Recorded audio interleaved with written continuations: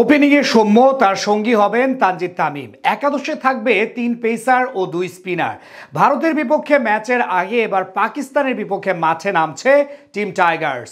মোহাম্মদ হারিস, ওয়াসিমদের সাথে ম্যাচ দিয়ে চ্যাম্পিয়ন্স ট্রফির যাত্রা শুরু করবে শান্তরা। পাকিস্তানের বিপক্ষে ম্যাচ ও একাদশ নিয়ে আরও বিস্তারিত জানবো রিপোর্টে।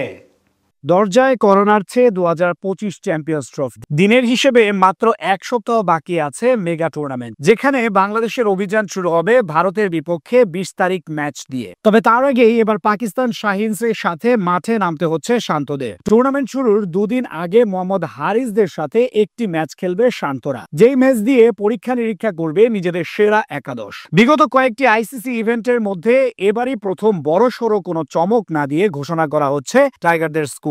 যদিও ওপেনিং ও মিডল অর্ডার নিয়ে বেশ মধুর সমস্যায় আছেন কোচ ফিল সিমন্স।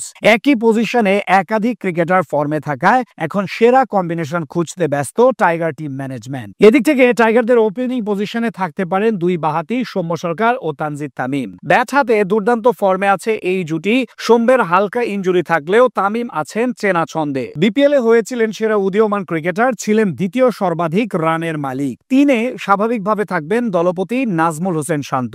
বিপিএল এ নিজেকে তেমন ভাবে প্রমাণ করতে না পারলেও ক্যাপ্টেন ও ব্যাটার হিসেবে বড় দায়িত্ব নিতে হবে তাকে। 4 নম্বরে সম্ভাব্য তাওহিদ হৃদয়কে বড় কম্পিটিশন দিতে হবে লোয়ার অর্ডারের জাকের আলী অনিকের সঙ্গে। ব্যাট হাতে প্রত্যাশা অনুযায়ী পারফরমেন্স করতে পারছেন না হৃদয়। সবশেষ টুর্নামেন্ট তো বটেই, আন্তর্জাতিক ক্রিকেটে বিগত কয়েক ম্যাচের স্ট্যাটও তেমন ভালো না। বিপরীতে নিজের পিক টাইমে আছেন জাকের আলী। টাইগারদের সর্বশেষ ওয়ানডে সিরিজে ছিলেন সেরা পারফর্মার। এদিক থেকে মিডল অর্ডার অথবা ফিনিশিং এর অপশন হিসেবে বেছে নিতে হবে দুজনের একজনকে। এদিকে তার সাথে থাকবেন দুই সিনিয়র ক্রিকেটার মাহমুদুল্লাহ রিয়াদ ও মুশফিকুর রহিম। বর্তমানে টাইগার দলের সবচেয়ে বড় আস্থার নাম এই দুটি। পূর্ব ঘোষণা অনুযায়ী এটি হতে পারে তাদের শেষ আন্তর্জাতিক টুর্নামেন্ট সফর। তাই বিদায় লগ্নে ইতি টানার আগে বিশেষ কিছু উপহার দিবেন, সেটাই প্রত্যাশা ভক্তদের। এদিকে স্পিন বিভাগের পাশাপাশি ব্যাটিং অর্ডারের গভীরতা বাড়াতে থাকবেন অলরাউন্ডার মেহেদী হাসান মিরাজ। ওভারঅল বিবেচনায় বর্তমানে জাতীয় দলের সেরা পারফর্মার ধরা হয় তাকে। সবশেষ বিপিএলেও তার হাতে উঠেছে টুর্নামেন্ট সেরার পুরস্কার। সাকিবের অনুপস্থিতিতে তিনি এখন দলের সেরা ক্রিকেটার।